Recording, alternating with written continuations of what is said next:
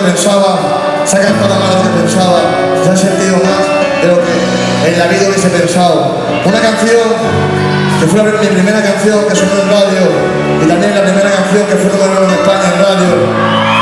Una canción que salió en Operación Triunfo, una canción que se hizo cover de todas las formas posibles, con todos los instrumentos posibles, que no creo que existan más instrumentos en el mundo existentes para hacerla. Familia, con un perdón no es suficiente, solo quiero una palabra y quiero que la cantéis conmigo de corazón y es lo siento.